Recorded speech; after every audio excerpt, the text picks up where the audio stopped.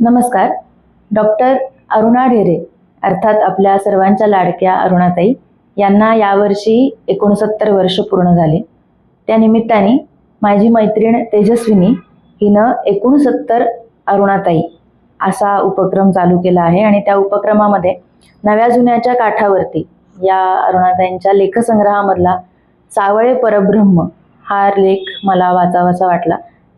तर ही संधी तिनं मला दिली त्याबद्दल तिचे मनपूर्वक आभार. सावळे परब्रह्म.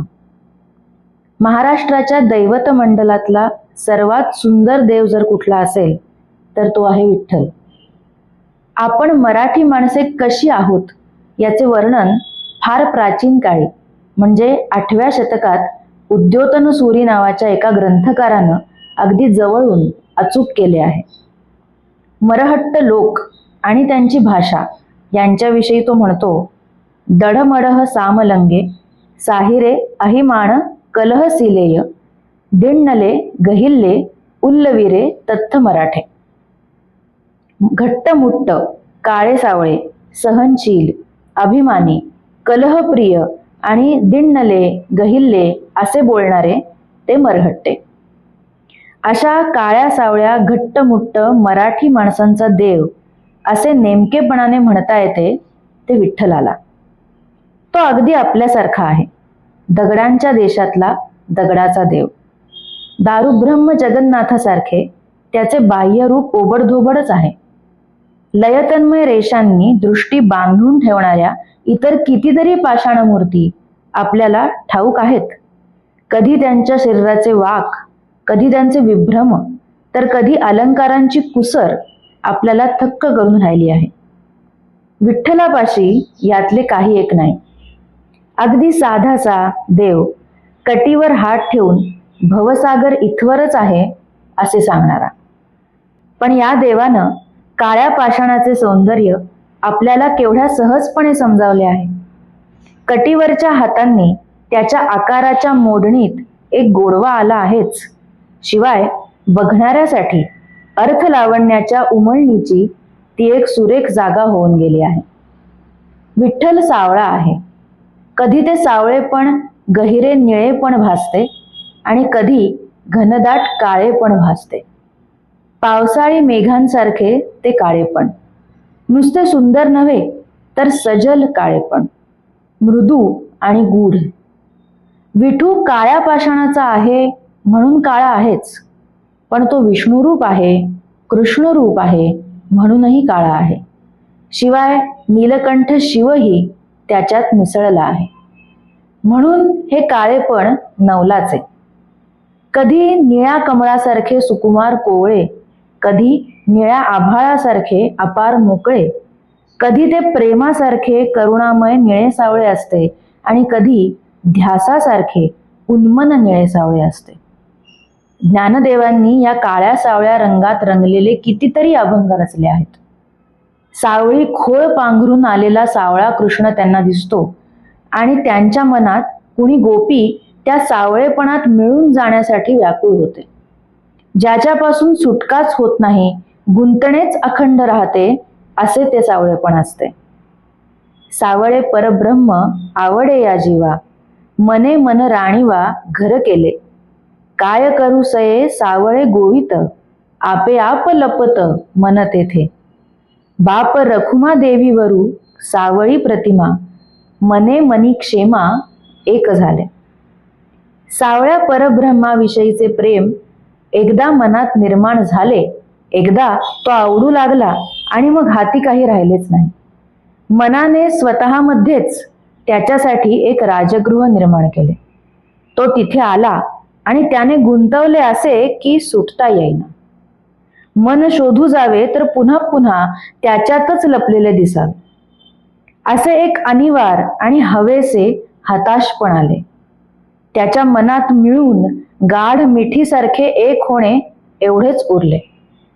तसे घडले तेव्हा राहिली ती एक सावळी प्रतिमा, म्हटली तर त्याची, म्हटली तर माझी. ज्ञानदेवांच्या गोपीने असे कितीक अभंग उच्चारले. ते वाचताना निळेपण आणखी कळत गेले. वाटले की रंगाला अर्थ देण्याची इतकी उज्ज्वल प्रक्रिया क्वचितच कुठे घडली असेल. ज्ञानदेवांची ती सारणी इतर संत कवींनीही वापरली.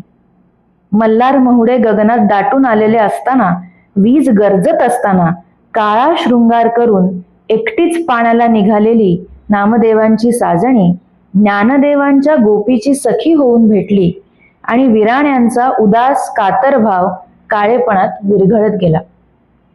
विठूच्या काळेपणाचा संदर्भ तर जन्माच्याही पलीकडचा. त्याच्या गाभारातल्या अंधार आईच्या गर्भाशयातल्या अंधाराशी नाते सांगणारा आणि त्याच्या सर्वांगाला त्याच सर्जक अंधाराची उटी लागलेली. कधी कधी वाटते की अंधाराचे, काळेपणाचे सर्जनाशी असलेले नाते आपल्यालाही आपल्या छोट्याशा समजुतीने कळत जातेच. कधी दिवसाचा गलबला शांत झाल्यावर, वस्तू जातीची परिमाणे पुसट झाल्यावर, जेव्हा काळोखाच्या घुमटात रात्र निनादत येते, तेव्हा एखाद्या एकट क्षणी आपल्यावरही त्या विठ्ठलाची चंद्रगौर शांतता झरत येते. भिजते कधी आपलेही हृदय, बुद्धी सकट ओलावून जाते. एखाद्या नास्तिकाच्या मनातला त्याचा अभावही दाट करुणामय सावळा होऊन जातो. विठूचा करुणामय सावळा अभाव कधीतरी भीमेच्या पाण्यासारखा लहानशा समाधानाचा प्रवाह वाहत येतो आपल्यापर्यंत. त्याच्या पाण्याचा झांझावता नाद ऐकताना आपले लहान सहान स्वार्थ जातात वाहून. जन्माचे, वयाचे, जातीचे, वर्णांचे, देशाचे आणि काळाचेही भस्मांग राग धुके होऊन विरत जाते. नुसते एक निळावलेले आभाळ उरते वर, पांडुरंगासारखे थोर. ऐकू येतो त्याने धुमडलेला, मिटवलेला, उलगडलेला अवकाश. त्याने आपल्यामधले कितीतरी मोडलेले, चुरमडलेले ऐकू येते. आपले लहानपण संपवण्याचा, अहंकार मिटवण्याचा त्याचा भव्य दयाघन निर्धार कळतो आपल्याला. नक्षत्रांनी उमलून येणारी काळोखाची तृप्ती कळते. आपला विठू नसतो तेव्हा पोथीपाशी किंवा ज्योतीपाशी. तो पद्मलोचन चंद्रशेखर अंधार होऊन आलेला असतो. प्राणांची धुंद तरल चिमूट अभिर्भुक्यासारखी उधळू शकतो आपण त्याच्यावर. आत्मविस्मृतीचा झेंडा नाचवू शकतो. किती विलक्षण असते ती एकट्याची वारी, अंधाराचे विठ्ठल रूप चाचपडून पाहण्यासाठी केलेली. विठूपेक्षाही ज्यांना वारीचा अर्थ मोठा वाटतो त्यांच्या मनात कधीतरी सुरू झालेली. कधी असेही वाटते की विठ्ठलाला पाहायचे तर पंढरीलाच जायला हवे असे नाही. त्याला आपण पाहू शकतो अशा दोन जागा आहेत.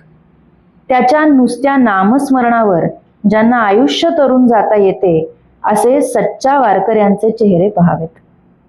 जाणावा त्यांनी जगलेला वारकरी तत्वज्ञानाचा अर्थ आणि विठ्ठलाचे दर्शन घेतल्याचा आनंद घ्यावा. किंवा स्वतःला तपासत जावे आत बाहेर. तुकोबांनी म्हटले तसे निवाड्याच्या दिवशी सगळ्या भल्या बुऱ्याचा झाडा देण्यासाठी उभे राहावे आणि मग सगळे हीन उपसता उपसता आत कुठेतरी मोहरीच्या दाण्या एवढे प्रेम अंधारात दडलेले असते ते तळहाती घ्यावे. विश्वा एवढे मोठे होण्याचा संभव असतो त्यात. हे समजले की विठू कळून जातो. पण हा पर्याय फार अवघड असतो. विठ्ठलाच्या सुंदर काळेपणाचे रहस्य कळण्या इतका अवघड.